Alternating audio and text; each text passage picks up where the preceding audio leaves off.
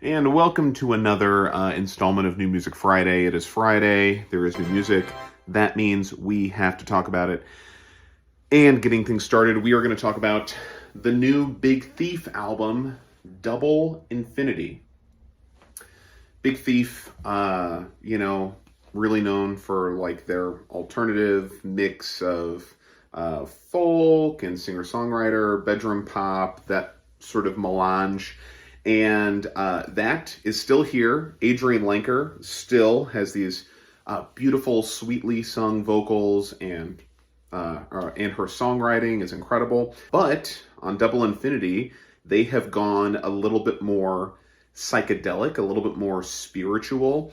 There's just a little bit of, this sort of swirling sort of 60s atmosphere that kind of gets brought to mind when I'm listening to this record, especially tracks like No Fear and Grandmother. And the feature of Laraji on the latter track really brings up that sort of psychedelic vibe.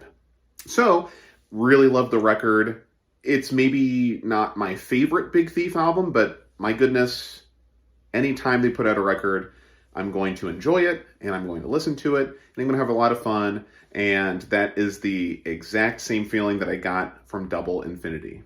Shame is the name of the band, and the album is called Cutthroat. Now, Shame, I found out about the band right around the time that I started finding out about all these UK,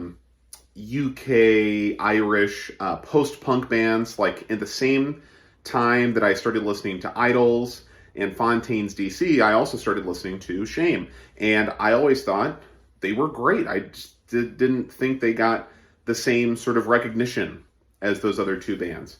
And so here comes Shame now with, I believe, their fourth album.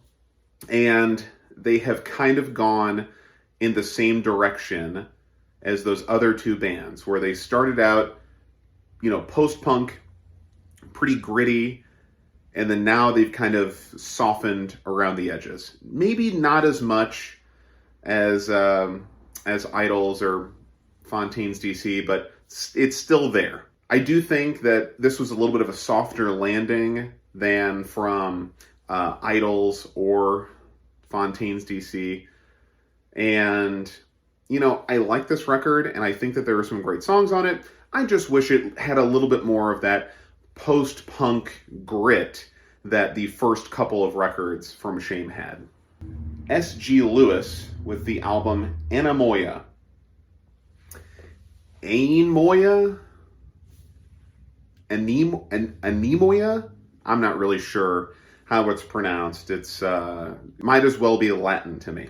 Anyway, S.G. Lewis, who is really known for bringing these elements of like really infectious R&B and electronic sounds and mashing them together so effortlessly and creating a lot of good vibes, especially when he links up with Lucky Day. S.G. Lewis is back, and unfortunately, no Lucky Day on the track list. However, we do have some other artists being mixed in here, and it's a really good mix. S.G. Lewis, instead of going kind of reaching back into the same bag over and over again, he's updated his sound.